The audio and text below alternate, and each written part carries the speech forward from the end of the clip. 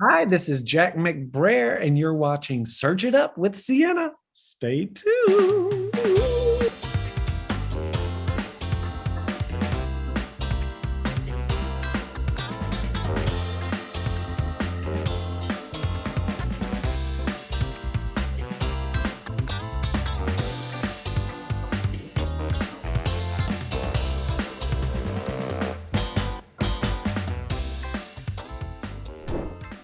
Hey everyone, welcome back to Search It Up with Sienna, where I use IMDb to discover and talk about all different types of movies and TV shows, and how the people in front of and behind the camera not only make it all possible, but are somehow all interconnected.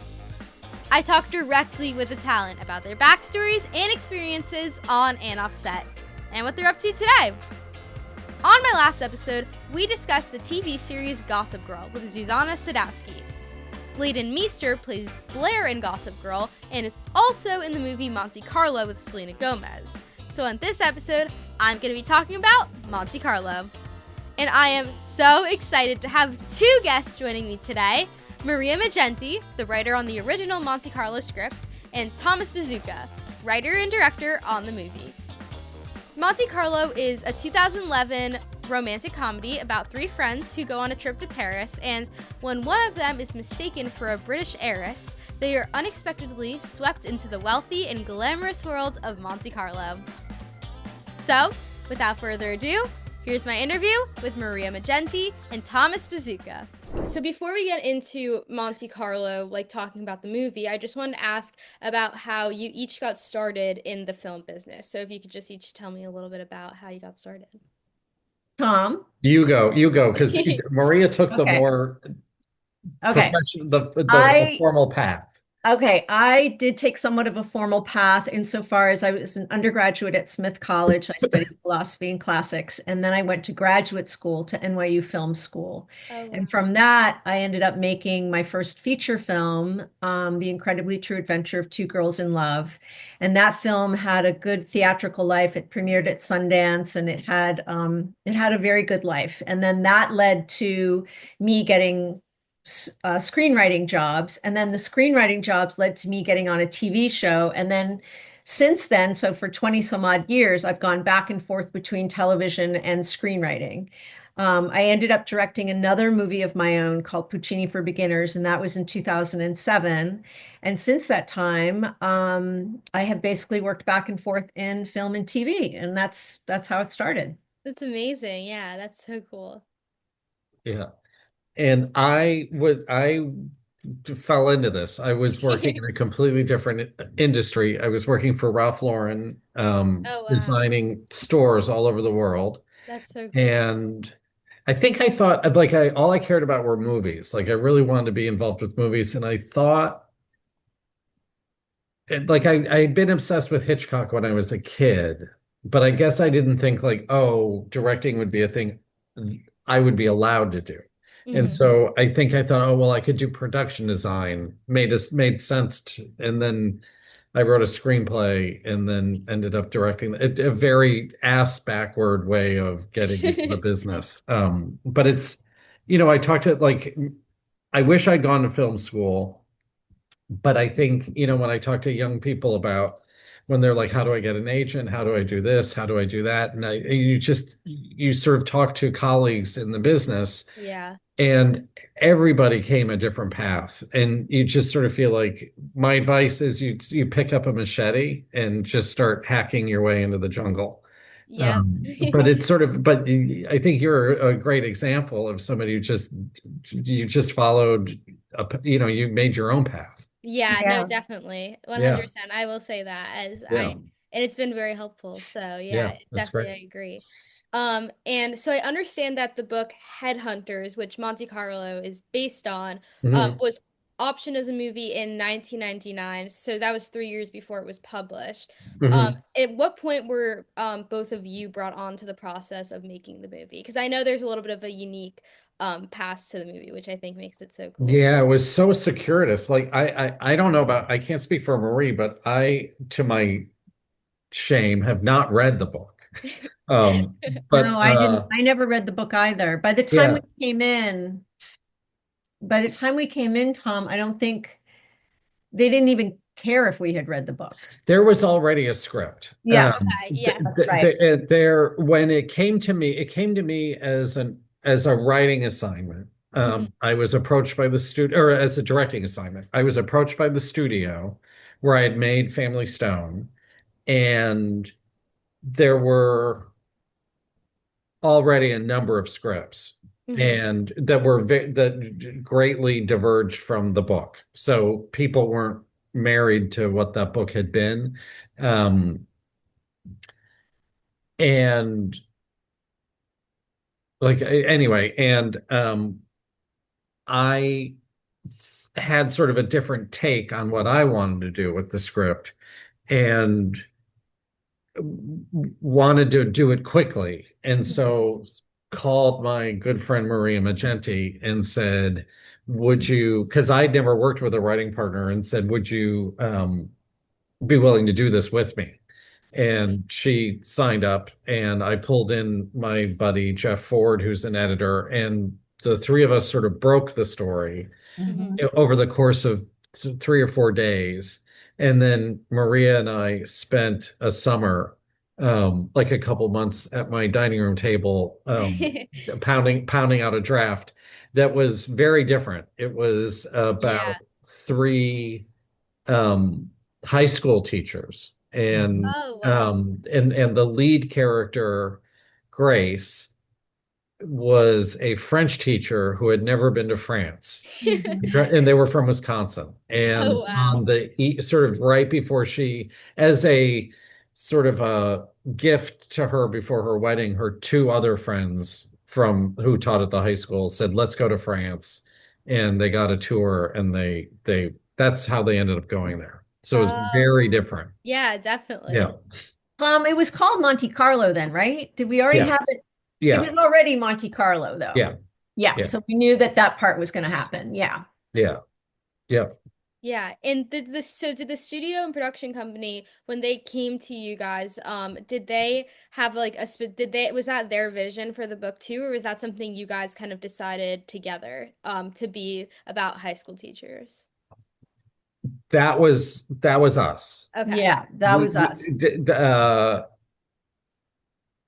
Yeah, I can't remember. I think there was a version where they were just sort of housewives from New Jersey or Oh, something. okay. But we were just sort of like, by making her a French teacher that had never been to France, sort of felt like just explaining why this trip was Yeah. meaningful to Yeah. them. Yeah. Yeah, because I think the book is maybe kind of a riff on How to Marry a Millionaire or something, where you say it was about like these women going to France to find partners or something. Oh, okay. Yeah. I But never I read don't it, know. so I yeah, don't know. I I don't haven't know read either. Yeah, I didn't get a chance it. to read it, so I don't know either, Okay, I think you're all but right. You didn't have, if Yeah. we didn't read it, you don't have to read yeah. Yeah, it. exactly. And when you started writing the script, did you anticipate that this is going to take a total turn? Like, was there like, what was like the process with writing it? Like, did something just not click, which is why you decided to change it? Or what was the process with that? Changing it from what had already been or what it became. Kind of both, if maybe Kind of both. both. Yeah. I think I can't even remember, but it was I think that it was yeah. casting. Okay. Well, what happened was, we once we had written our version, Yeah. Hmm. um, there was the timing was such that there was a writer strike in Oh, Oh okay. LA. my And God. so we kind of couldn't make the movie. And I thought it had gone away.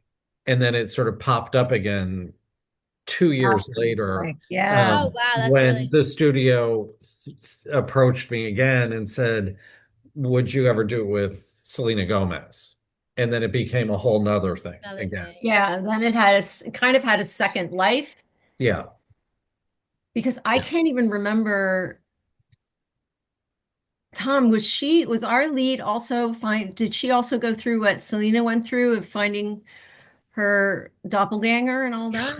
I think that was an element that was already in there when it came to us. I Yeah, I don't think really so remember. We too. did a weird sort of riff on the Palm Beach story also. Remember, there was a great Yeah. thing where we had with the there was Grace, who was the French teacher, and then Yep. we had Emma was the drama teacher, who was Yep. kind of the Oh, Marilyn Monroe character. okay. Uh-huh. And then we had Margaret, maybe, who or Peggy was the home ec teacher Yep. Oh, who falls for a chef Uh-huh. at a little cafe. Emma, the drama teacher, is pretend like that's the one who poses as a doppelganger. Yes. oh, okay. And Oh, wow, that's interesting. and then she meets this sort of unattractive Russian guy that she thinks he's a waiter. That's right. That's right. She thinks he's a And waiter because we put them on the yacht. Yes, that was so we put them on a hilarious. yacht and he's in a tuxedo and she thinks Oh she my thinks he's a gosh, That's waiter. that's so right. funny. And he turns out to be like the richest man in the world. This is like a Yeah. whole But nother he can't movie. This is Yeah. crazy. speak English. Yeah. And at the very end,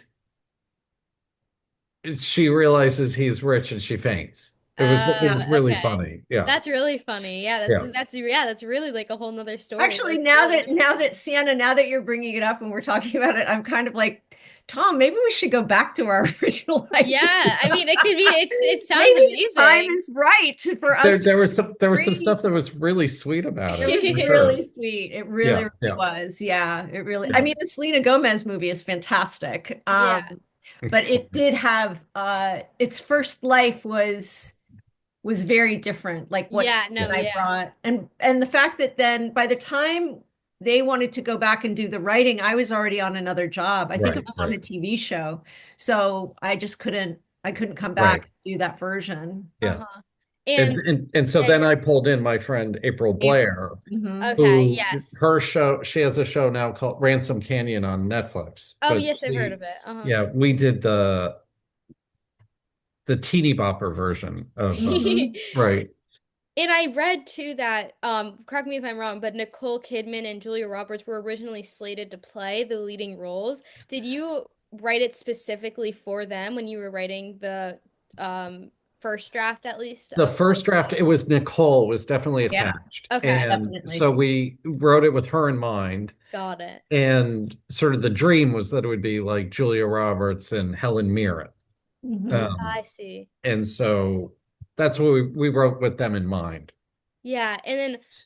And then Maria, I know like you could probably answer this, but this is more of just like an interesting writing question. But is your writing process different when um you are writing for someone like writing for an actor in mind? Like how do you approach that versus just like writing a script with like really no casting in mind? Well, it depends. I mean, there were two elements of this project that I had not encountered before. One was working with another writer, so it was the first time I had co-written anything. The second thing was I was hired as a writer to not just assist Tom in the writing, but to write something that was also his vision. So it Uh, wasn't my vision. It was Mhm. when you're a writer for hire, your job is to be there to serve the vision of the director, right? mhm. So both Tom and I are writer directors, but my job at that time was to bring my writing skills to our process.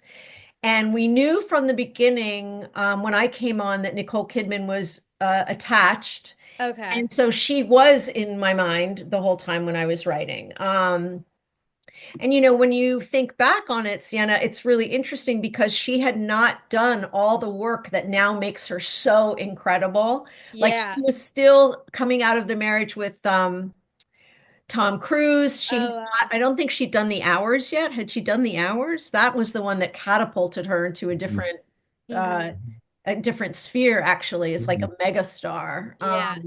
So yeah, but when I'm writing on another job, a feature, let's say, and they don't have a cast, I will sometimes have someone in my mind Hmm. as a kind of template of a person.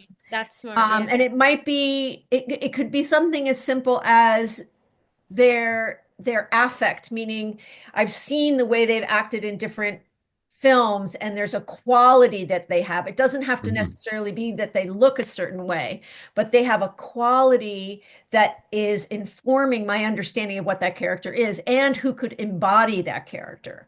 Hmm. Because the actor is coming in, because the movie is written so many different times in a way. It's Yeah. the first time when you write it, then it's written again when you direct it, then it's written again when you cast it, then it's written again when you're in the editing room. So it continues to have all these different lives until it becomes the thing that you get to see in the theater. Yeah, so that's kind of how I would approach it. Tom, what are your thoughts on that?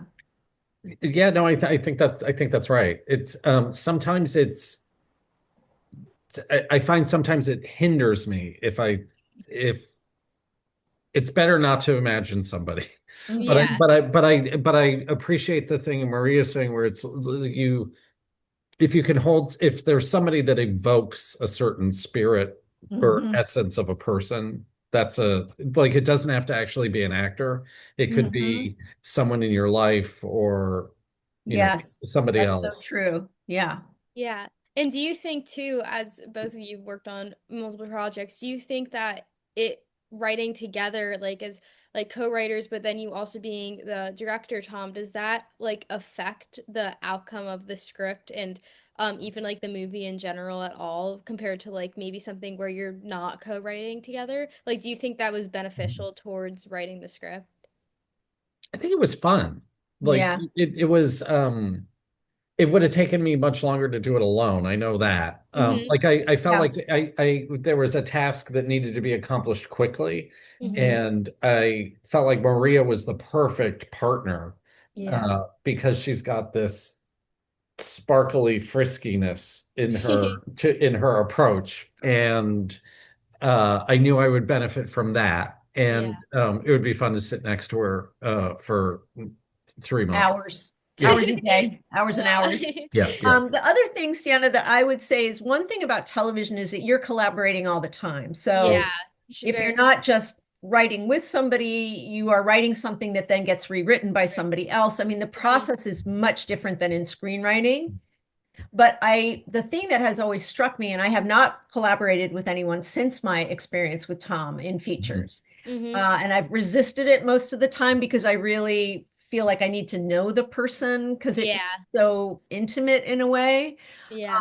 But the other thing is that it really is crazy how if you're by yourself and you're thinking of an idea, that idea, you might struggle with that idea for like 2 days Yeah. to figure out how to solve it. But then when you're working with someone else and you tell them the idea, and then they are like, oh, what about this? What about that? What about this? And it just goes so much faster. It's like Yeah.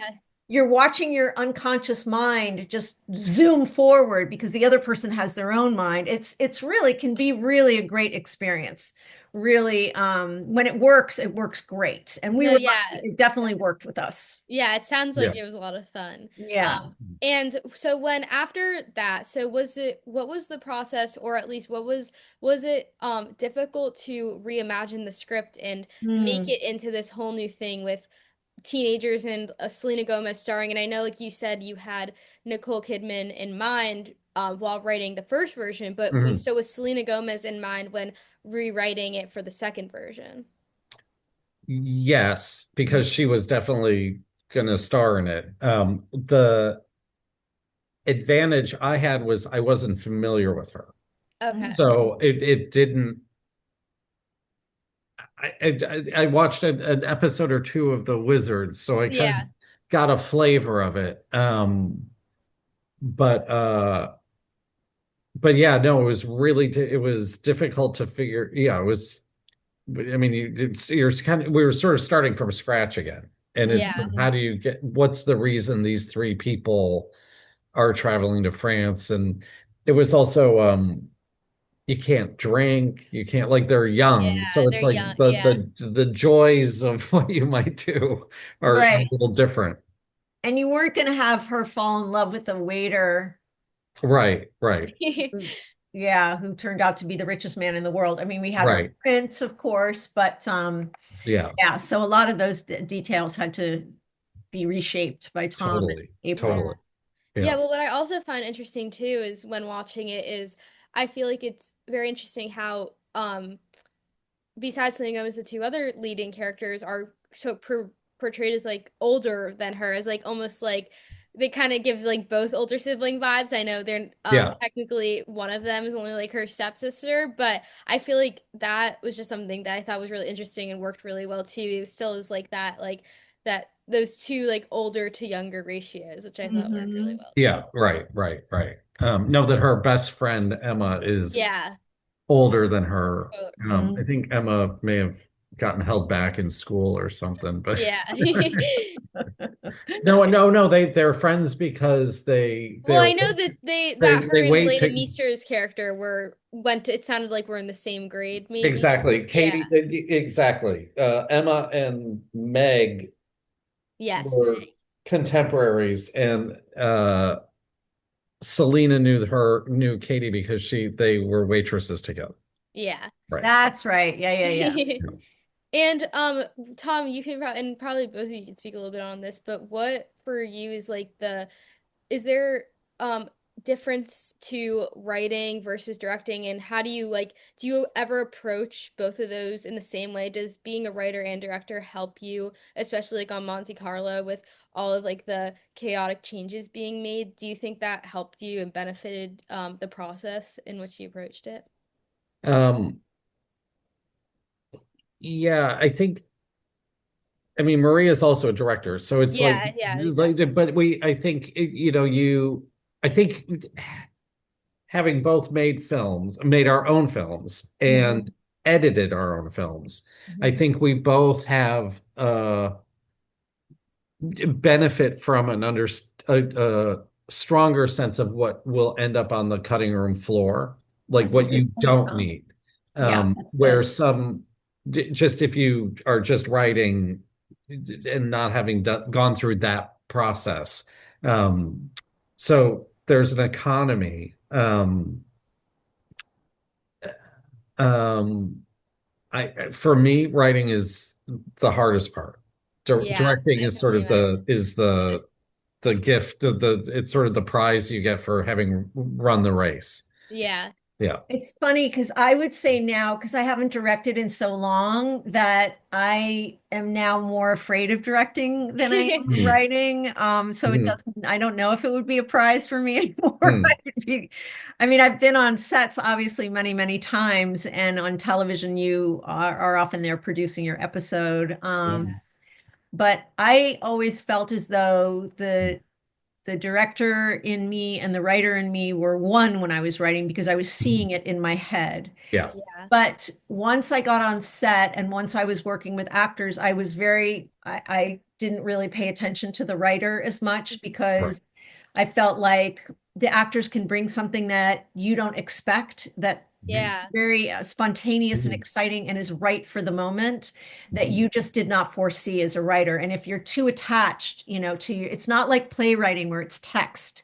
mhm, If you're too attached to the writing, then you, I think, lose out in terms of how you work with your actors and the storytelling that you get to do. So I always put my writer self over here when I was directing, so that I was present with what was happening in the moment and not what was in my head as the writer. Like you Yeah. should have to say this exact line.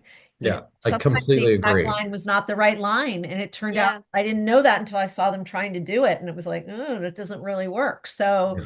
I think you can agree with that a little bit, right, Tom? I couldn't agree more. Yeah. Yeah. I think if you think of the screenplay as really just sort of a blueprint or a roadmap Yeah. Yeah. to for the vacation, and Mhm. if you like, oh, pull over, I want to Yeah. see that. Well, I Like feel you like have to, yeah. it's important. I think as a director, you have to be very present and open to what's happening right in front of you as opposed to what you might have Exactly. planned. Mm-hmm. Exactly. Yeah, but I mean, what I love about this movie too is I feel like watching it now, I feel like I know it didn't come out necessarily that long ago, but I feel like it's still very like current and like applies to like a lot of things that go on now. I mean, it's about like two or three like about teenagers like going to Mhm. Europe, which I feel like is very common. I feel like it made Mhm. it just so fun to watch, like just a kind of crazy adventure unfold. But yeah, I mean, it was a great. I loved the movie so much. Yeah. I was You know like, what's crazy? There are no I don't there aren't really Emma has a cell phone, but she loses it, yeah, right? Right. But they're not like yeah, they're not like they're texting. not on Yeah, their phones, right? yeah, I have a question for you, Sienna. yeah. So I teach screenwriting, Mm-hmm. and my students, sometimes when they find out that I was one of the writers of Monte Carlo, they literally have a nervous breakdown. They're so. And one friend's daughter told me, she said Monte Carlo was the slumber party movie in Mm, fifth grade that all of us loved to watch. And my question to you is, how did the film come into your life? yeah. How did you Yeah. end up watching it? Well, two of my all-time favorite actresses are Leighton Meester and Selena Gomez, and I'm also a big fan of why am I forgetting her name? Katie. Kate, yes, on Yeah. of Katie's work too. Um, and so I seeing like when I was trying to find my next project, and I'm also a huge fan of Selena Gomez's show Only Murders in the Building too. Oh, sure. So it's like trying to find what else she was in, and watching this movie, and it's like my two Gossip Girl and like Only Murders in the Building are two of like my favorite TV shows. So like seeing them together was just like so fun for me. So that's like really how I heard about it. I just found it. I was like, this looks like an amazing movie, and I Mhm. watched it, and yeah, I couldn't think Mm, anything less of mm. Oh, that's good. Great. It's really That's great. great. Yeah. And yeah, but I was wondering if you can each talk about a little bit about what you're working on now or what you is Mm, next in your careers at least. Um, well, as you might have heard, it's a very the business is in a very kind of in a very bumpy place. Yeah. Many things are changing. I think the rise of streamers um, and so much content, as they call it now, with television and movies that go straight to streaming, and the marketplace is very different than even a few years ago. yeah. So, for instance, I've always worked no problem in television. Right now, it's very hard to get into television. Yeah. And my agent was like, well, you have to write a feature, which 3 years ago, they were like, don't write a feature. Nobody's taking features, going to television. Now suddenly it's like, you should write a feature. So I have been quietly working on an idea that came to me after reading an article about an actor who had recently come into his success and he was rather older, and I was really intrigued by like what would that feel like if you thought that your career was kind of over because you've Yeah. gotten older and then suddenly it happened, and I was very intrigued by that idea. And then I combined it with the idea of what if you fell in love with someone at that moment in your life. So that's kind of the thing that I'm working on right now. So Yeah, that's really would cool. be I would call it a drama, and also I really want to make everyone cry at the end. So also a tear. There you go. And I'm in the middle of I'm just finishing writing the script for the sequel to The Family Stone. Which I did just watch recently too. Oh, okay. I'm a Great. big and I'm a very big Christmas movie fan too. So it was fitting for the time that I got to meet with you guys too. Okay, Yeah, good. it's And I a Good. loved great it. Yeah, it Christmas was Oh, really movie. good. good. It worked for you. Yes, I loved Okay, the good. movie too. So that's Okay, good. great. Yeah, I mean, I Yeah. can't wait. It should be for you're gonna have to let me know when it comes out. Um, but before my last question, and I just wanted to take time to say thank you so Yeah. much again. This is just like Oh, yeah. amazing. Yeah, this Um, is great. yeah, but can you each give me one piece of advice for aspiring Hmm. filmmakers or actors or just like people who are just have like the passion and love that I feel like we probably all share for the film and Hmm. television business. You first, Tom. I think just you just follow the juice. Whatever turns you on, that's the thing you should be doing. And don't listen to, people telling you what you should do or what you ought to do next, but Hmm. just tell the stories you want to tell. And That's my advice. Just and I think you're well on your way. You I think you have a pretty good compass. Yeah. I would say that my advice to people, since I work with students all the time and they're always asking me that, I think that what's most important is for you to develop what makes you Mm, different than everybody else. And what mm, that means is that you really know who you are. And it takes a long time to really know. I can tell you that because I'm really old and so I'm still learning. But I do believe that sometimes we think that if we are like someone, mhm. especially if you're an actor or a writer or a director, that that will be our path Yeah. because that person was really successful. Right. But the only thing that stands out is the person who has their very own voice, Yeah. that thing that makes you different than everyone else, which might be a freaky thing, you know, it might Mm, be that what makes you odd to the rest of the world is exactly what makes you magical on screen. What makes you a weirdo in 11th grade is exactly what makes you tell stories by the time you're 25, you know. Hmm. So I think that I always try to get people to think in terms of who they are and what their individual voice is, and also talk about craft and not so much career. So mm. getting better and better at your craft and being an actor and being a writer and being a director, you just have to keep doing it and doing it and doing Yeah. it. As many times as people tell you no, or they're not interested, or you're not right for it, or it's never going to happen. So when Tom said the thing about taking a machete and just going through the woods like that, I really do agree with that. It takes an extraordinary amount of perseverance and fortitude. But again, if you keep falling back on like, I'm Sienna, or I'm Maria, I'm Tom, I'm something that is different than everybody else, I feel like that really saves you in the darkest moment, Yeah. you know? No, yeah, It, I it, it, 100% yeah. agree. And it's the thing, like, do the thing you can't not do. Yeah. You know what I mean? Mhm. Like that Hmm. it's Yeah.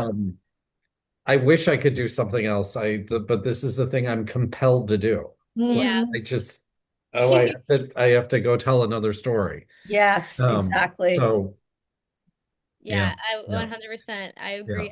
I couldn't say it any Yeah. better. But so for my last question, it's kind of a little fun thing I like to do with some of my guests. So I started doing this with a few of my guests, where I'm basically building a story, based on Mm. one or two lines from each guest. So like you would like just give one or two lines each, and I'll give you the opening and I'll give you what the story is so far. And then once I'm finished, you can listen and then add whatever you think will come next in the story. So Great. Oh, interesting. Okay, yeah. this is fun. Yeah, Okay. okay. So, once upon a time, there was a young girl who was very quiet in her own way. And that little girl had a mother who was her biggest support, and she encouraged her to go into the world and do amazing things. But then, one day, the girl returned home to find that her mother had disappeared.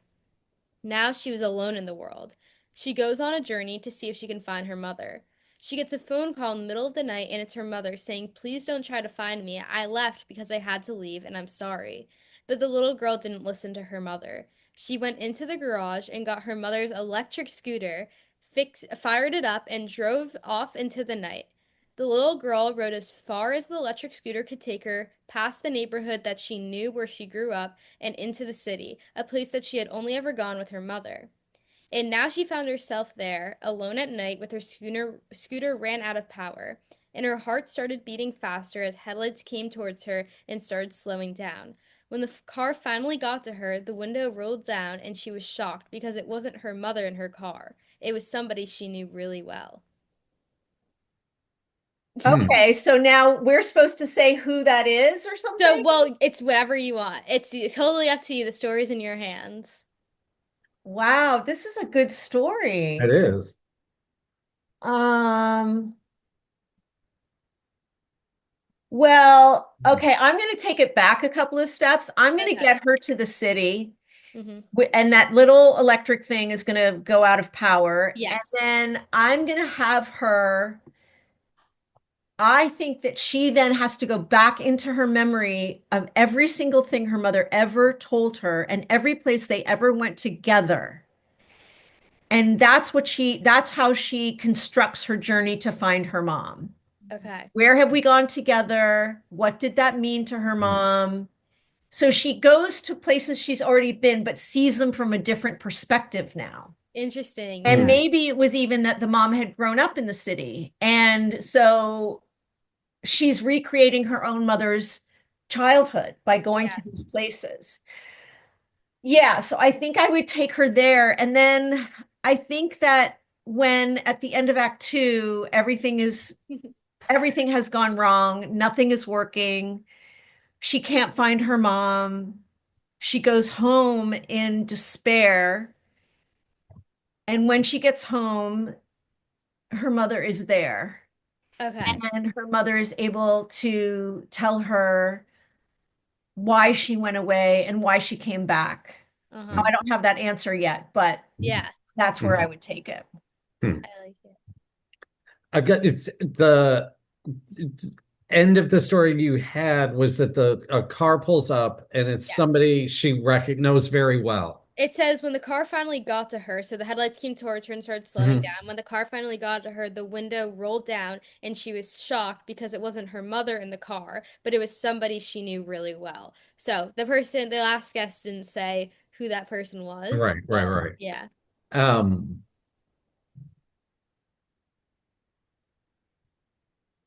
how old is she? A young girl, I would say Young. probably like probably young tween, late tween. 10, 11. Yeah, And maybe. it's Yeah. a small town, right? Yeah. It's a small Yeah. town. I think it's a teacher Okay. and it's like and she says, I'm get in, I'm taking you to meet your father. Wow. That's good. Yeah. That's Who definitely she's a deal never met. breaker. Yeah. Right. I'm Wow. taking you to introduce you to your father. This is, yeah, I love it. I love it. Both of those are perfect. Well, I wanted to thank you both so much again for doing this. I had the best time talking to you, and you just are both so amazing. So I'm just so grateful. Well, I'm yeah. so Very sweet grateful. of you. Keep going, keep going, keep going. Thank Yeah, really. I Yeah. look forward to seeing something with Yep. Sienna Boccio somewhere in the Yeah. world. I think you. it's It's going to be awesome. great. Thank you so much, Maria and Tom. It was really fun to hear about both of your experiences. And now, before we search it up, here's a quick fun fact. Did you know that Selena Gomez spent weeks learning to play polo for her role as Grace? And now it's time to search it up. Let's see. Oh, well, Selena Gomez plays Grace in Monte Carlo, and she also plays Mabel in Only Murders in the Building. So, next time, we'll be connecting back to Only Murders in the Building. See you then!